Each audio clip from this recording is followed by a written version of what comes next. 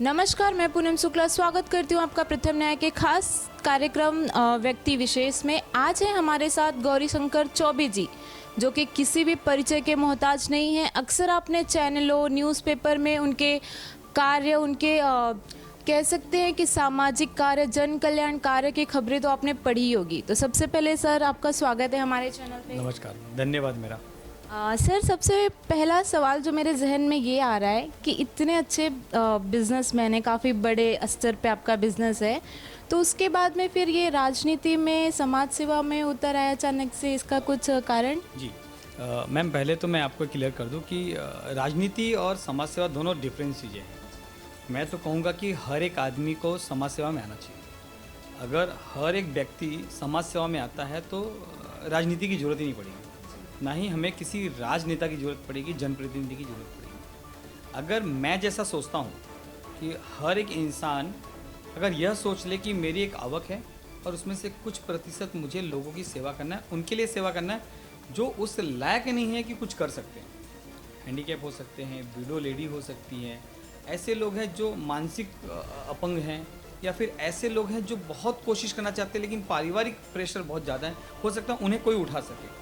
अगर हर कोई समाज सेवा करने लगेगा तो राजनीति में आने की ज़रूरत नहीं है। मेरा समाज सेवा करके काफ़ी खुश, इसलिए मैं सोच रहा हूँ कि मैं राजनीति में नहीं आऊँगा, तो मैं राजनीति में नहीं हूँ। तो राजनीति में उतरने का आपका कोई ऐसा प्लान? अब तक तो कोई ऐसा प्लान नहीं है, क्योंकि मुझे ऐसा लगता है कि राजनीति में आज आपके पीछे, मतलब आपका बैक, आपके पिताजी एमएलए होने चाहिए, या फिर आपके पिताजी नगर सेवक होने चाहिए, आपकी माताजी नगर सेवक या एमएलए होने चाहिए। मतलब आपका बैकग्राउंड जो है, क्योंकि हमेशा जनरेशन का राजनीति चल रहा है। मुझे बहुत कम दिख रहे हैं आपके लोग जो हमारे एज के हैं कि विदाउट जनरेशन राजनीति कर रहे हैं। उनको कोई प्लेटफॉर्म चाहिए तो उनका बैकग्राउंड, परिवारवाद, वंशवाद राजनीति में चल रहा है।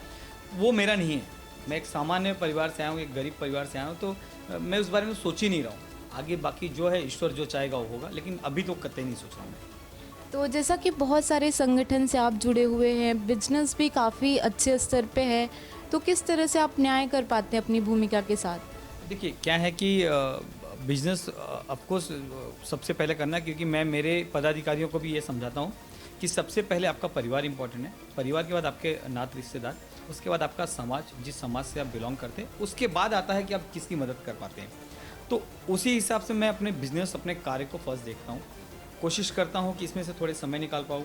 अगर इसमें से समय नहीं निकलता है तो शनिवार रविवार जो कॉर्पोरेट्स बंद रहते हैं, उस समय मेरा भरपूर समय होता है। मैं शनिवार रविवार को पूरा समय देता हूँ कि जितना हो सके। तो जैसे कि कुछ आपके ऐसे सामाजिक कार्य हैं, तो आप एक बार उसको बता दीजिए हमें। हम तो जानते हैं, मतलब मेरे कहने का मतलब ये है, लेकिन हमारी जनता को भी एक बार आप अपने से बता दीजिए कि किस तरह के सामाजिक कार्य। देखिए, मैं काफ़ी चीज़ें कर रहा हूँ। आज कोविड आया तो लोगों को समझ में आया कि अनाज वितरण क्या होता है, कच्चा अनाज। मैं कोविड के 5 साल पहले से ही अनाज वितरण कर रहा हूँ। पिछले कई सालों से दिवाली के दिन फिक्स हम एक अनाज वितरण का कार्यक्रम करते 500,000 परिवार के लिए, जहाँ उनके घर पे खुशहाली दिवाली के दिन रहे। बच्चों के लिए पटाखे, घर के लिए पूरा राशनिंग किट, सेवइयाँ बनाने के लिए उनके घर पे मिठाई का डब्बा, गिफ्ट, ऐसे हम काफ़ी चीज़ें करते हैं। इसके अलावा नॉर्थ इंडियन होने के नाते नॉर्थ में बहुत ठंड का प्रभाव बहुत होता है। उत्तर प्रदेश, बिहार हुआ, आपका कोलकाता हुआ, वहाँ पे हम एवरी ईयर कंबल वितरण करते हैं। बरसात का टाइम आता है तो छतरी वितरण करते हैं। यहाँ तक कि कंबल वितरण के समय हमने काफ़ी, हमारी टीम में जितने लोग हैं, हम गाड़ियों में कंबल डाल के रखते हैं कि जहाँ पे ऐसे लोग दिख जाएं, जहाँ पे ऐसा लग जाए कि हमको ज़रूरत है उनको देने की, जो प्लास्टिक में ओढ़ के सोए हैं, ठंड से कड़कड़ा रहे हैं, हम लोग उनको देते हैं। मतलब ऐसी काफ़ी चीज़ें हैं। प्लस आज बेटियों के लिए, एक बच्चियों के एजुकेशन पे हम बहुत ध्यान देते हैं। जिस घर में लड़कियां दिखती हैं कि नहीं पढ़ने में अच्छी है, या फिर माँ बाप पढ़ा नहीं पा रहे, हम चाहते हैं कि उन्हें पढ़ाने पे आर्थिक मदद करें। कारण ये है कि लड़की किसी ना किसी और के घर पे जाने वाली है, चाहे मेरी बेटी हो, चाहे आपकी बेटी हो। वो आज पढ़ी लिखी रहेगी तो अपने घर, अपने ससुराल में जाके अपना हक मांग सकती है। नहीं तो होता क्या है, रूरल से लड़कियां आती हैं जो पढ़ी लिखी नहीं होती, उन्हें ज़्यादा समझ नहीं होता, ऐसे ही ससुराल पक्ष के लोग उनको परेशान करते हैं। तो हम ज़्यादातर चाहते हैं कि लड़कियां एजुकेटेड हो, अपनी लड़ाई खुद लड़ सके, और ऐसा ना हो कि वो दबी हुई रहें। तो ऐसे बहुत काम है जो मैं करना चाहता हूँ। आज का मैं आपको एग्जांपल दूंगा। आज का हो सकता है कल आप न्यूज़ पेपर्स में भी देखेंगे। आज मैं जिस आदमी को, आज मेरे एज का ही 35 साल का, मैं 10-15 साल से देख रहा हूँ न्यूज़पेपर का बिजनेस करते, न्यूज़पेपर बेचते हैं सुबह सुबह। वो किडनी के लिए काफ़ी परेशान है, हमारे डिंडोशी के ही है, शर्वेश यादव। आज उनकी टीम आई थी कि ऐसा ऐसा है। मैं बोला देखिए मैं कोई जनप्रतिनिधि तो नहीं हूँ, लेकिन मेरे से जितना हो सके मैं कोशिश करूँगा। अगर आपके पास अलग अलग मुंबई में संस्थाएं हैं, बड़े बड़े जो मंदिर हैं या संस्थाएं हैं, उनसे भी मैं कनेक्ट करूँगा। प्लस मेरे साइड से ये है, तो मैंने मेरे साइड से 20,000 रुपये का डोनेशन दिया है, और मैंने बोला आने वाले टाइम में जो भी रहेगा मैं कोशिश करूँगा कि जितना हो सके मैं करूँ। तो ऐसा कोई फिक्स टारगेट नहीं बना है कि आपको यही करना है। आपको लग रहा है कहीं एक उंगली देने से किसी का भला हो रहा है, पहली सीढ़ी पे किसी को बैठाने की ज़रूरत है, तो और ईश्वर ने आपको सक्षम उतना बनाया है, तो मेरा फर्ज है कि उनको एक सीढ़ी ऊपर बढ़ाना। ये तो बहुत ही अच्छी सोच है, चाहे लड़कियों को लेके हो, चाहे अपनी समाज से जो मिल रहा है उसको दुगने तरह से वापस करने का हो। ये आपकी सोच तो बहुत ही अच्छी है सर। तो आप कुछ अपने संस्थान के बारे में बताएंगे अब? जी, मेरी संस्थान का नाम, मैंने पहले सोचा था कि मैं ऐसा कोई नाम नहीं दूंगा, लेकिन काफ़ी बोलने के बाद मैंने एक रूप दिया, द्वारिका माई चैरिटी संस्था नाम दिया मैंने। हमारी संस्था का सबसे बड़ा प्लस पॉइंट ये है, जो मैं बोल सकता हूँ कि 90% संस्थाओं में ये तकलीफ है कि नहीं है, हमारी संस्था डोनेशन लेने के खिलाफ है। हम 2012 से चला रहे हैं, हम लोगों से डोनेशन नहीं लेते, हम अपने मेंबरों से भी पैसे नहीं लेते, हम डोनेशन के खिलाफ है। हम सिर्फ एक सोच पैदा करते हैं। अगर आप हमारे मेंबर बनते हो, मैं आप में वो सोच पैदा करूँगा कि क्यों नहीं आप लोगों की मदद करते, आप मुझसे ही क्यों सोच रहे हो। मैं नहीं बोलता हूँ कि आप जो कमा रहे हो पूरा दे दो, लेकिन क्या आप 100 रुपया कमा रहे हो तो 90 रुपीज़ आपका, आपके परिवार का, आपके समाज का काम है, लेकिन 10 रुपया किसी ऐसे लोग के लिए आप लगाओ जो उस लायक फल आए, आपको उनके आशीर्वाद आपको मिले।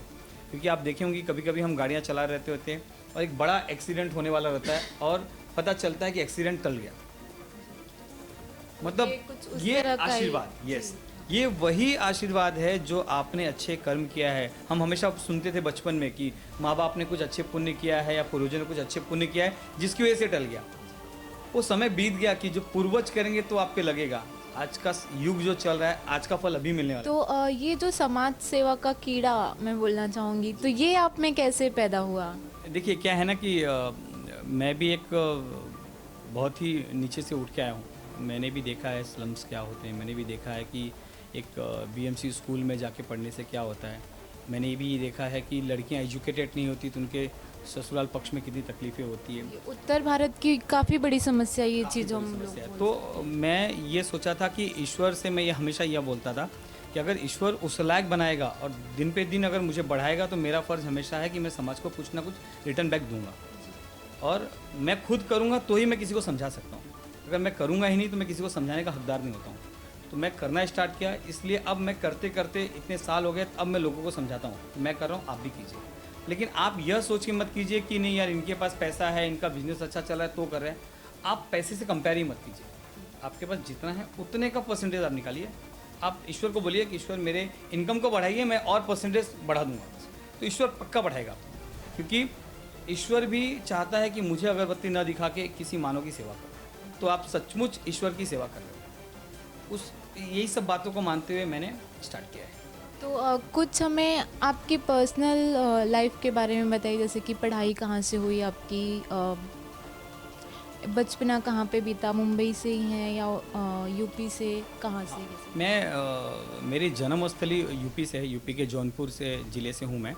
लेकिन मैं जब 5 साल का था तो ही मुंबई आ गया और मुंबई में ही पूरा एजुकेशन किया। मुंबई के डिंडोशी में ही संतोष नगर एक एरिया है, संतोष नगर में एक बीएमसी स्कूल है, उससे ही मैं पढ़ा हूँ। 7 तक वहाँ से पढ़ा हूँ, फिर प्राइवेट स्कूल पढ़ा हूँ, स्टूडेंट्स एकेडमी करके है एजुकेशन। वहाँ के बाद मैंने कॉलेज किया, कॉलेज के बाद 12th के बाद मैं जॉब चालू कर दिया, अपना काम चालू कर दिया, लेकिन डिस्टेंस एजुकेशन चालू किया था। एजुकेशन वाइज मैं अभी मैंने एमकॉम कंप्लीट किया है। एमकॉम करने के बाद आगे भी पढ़ाई कंप्लीट कर रहा हूँ, क्योंकि आने वाले टाइम में एजुकेशन की भी ज़रूरत है।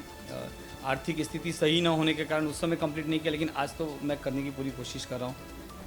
पूरी फैमिली है यहाँ पे, वाइफ है, बच्चे हैं, मम्मी डैडी हैं, सब है, और हम अपने आप को गर्व से बोलते हैं कि हम मुंबई का हैं, लेकिन उतना ही शान से हम बोलते हैं कि हम नॉर्थ इंडियन भी हैं, उत्तर भारत। ये तो बहुत अच्छी बात है। अक्सर क्या होता है कि लोग एक बार जब आ जाते हैं वहाँ से तो वो बताना या बोलना प्रेफर ही नहीं करते कि हम यूपी से बिलोंग करते हैं या बिहार से आए हुए हैं, इस तरह से। मैं तो हमेशा उतने ही फ़ख्र के साथ बोलता हूँ कि मैं मुंबई का हूँ। मुंबई पे मेरा भी उतना ही हक है, क्योंकि एजुकेशन भी मैंने यही किया है और मैं जो कमा रहा हूँ यहीं से कमा रहा हूँ और यहीं दे भी रहा हूँ। ऐसा नहीं कि मैं सिर्फ अपने गांव के लिए सोच रहा हूँ, यहाँ के लिए दे रहा हूँ। तो मैं शान से बोलता हूँ मैं मुंबई का हूँ, मेरा हक उतना ही यहाँ पे है। उसी के साथ साथ मैं यह बोलता हूँ कि मैं मेरी जन्मभूमि को भी नहीं भूला हूँ। मेरा नेटिव प्लेस यूपी है, तो मैं बिंदास बिना हिचके हुए बोलता हूँ। मेरे नॉर्थ इंडियन भाइयों को देखता हूँ तो मैं भोजपुरी में बात करता हूँ, कोई मुझे शर्म नहीं है। ये तो बहुत ही अच्छी है। आप जैसे लोगों की समाज को ज़रूरत है, क्योंकि तभी हमारी कुछ बहुत सारी लैंग्वेजेस ऐसी हैं जिसकी लिपियाँ नहीं हैं, तो वो बोलचाल में ही रह गई हैं। तो ये तो बहुत अच्छी बात है। एक बहुत ही अच्छा मैसेज जाएगा समाज में कि सारे लोगों को इस तरह से करना चाहिए ताकि अपनी बोली भाषा बनी रहे।